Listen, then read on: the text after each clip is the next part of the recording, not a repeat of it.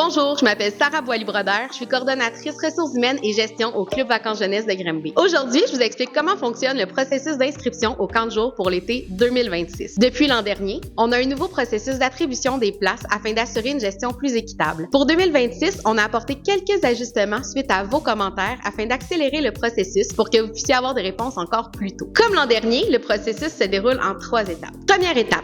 Dès maintenant, vous devez remplir un seul formulaire par famille au vccgranby.org/inscription-cvj. Vous avez jusqu'au 31 mars pour le compléter. Le moment où vous remplissez le formulaire n'a aucun impact sur l'attribution des places. Vous pouvez même le modifier jusqu'à la date limite. En cas de parents séparés, chaque parent peut remplir un formulaire différent à condition de ne pas y mettre les mêmes semaines. Autrement, cela va créer un doublon et notre système va automatiquement le supprimer. Deuxième étape, l'attribution des places. À partir du 1er avril, notre équipe va analyser les formulaires reçus pour établir les besoins pour l'été 2026. C'est ensuite le hasard qui va déterminer l'ordre d'attribution des places afin d'être équitable. L'ordre d'attribution est pigé par le système et à noter que l'attribution va se faire en même temps pour toute la fratrie. La troisième et dernière étape est celle de la confirmation des places et du paiement et c'est ici que c'est important parce que c'est ici qu'il y a une nouveauté. Cette année, les offres seront envoyées par courriel automatisé à partir de l'adresse loisirs@commercial-granby.ca. Vous recevrez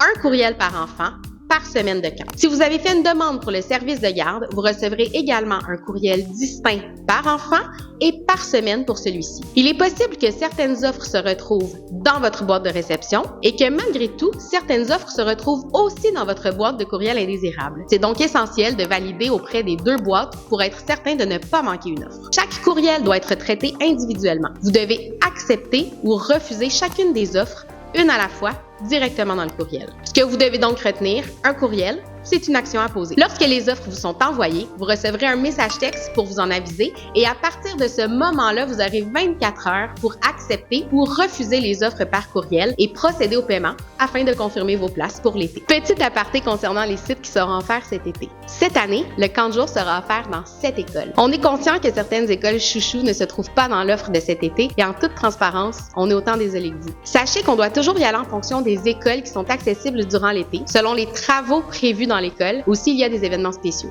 Ça ne veut absolument pas dire que ce sera les mêmes écoles l'an prochain. En fait, elles changent à chaque année. Quelques rappels essentiels pour que tout se passe bien. La date d'expiration des cartes loisirs de vos enfants doit être après le 1er juin 2026. Si jamais vous n'avez plus besoin du service après avoir rempli votre formulaire, informez-nous rapidement pour libérer la place pour une autre famille. Le courriel inscrit dans votre compte sur le portail d'inscription sera utilisé pour vous envoyer les offres de place au camp de jour. Assurez-vous donc d'avoir facilement accès à la boîte courriel de cette adresse. Pour récapituler, formulaire à remplir jusqu'au 31 mars, confirmation des places entre le 20 avril et le 4 mai, et vous avez 24 heures pour accepter les offres et payer vos places. Pour tous les détails, consultez notre site web et nos réseaux sociaux. Au plaisir de vous retrouver cet été au camp de jour.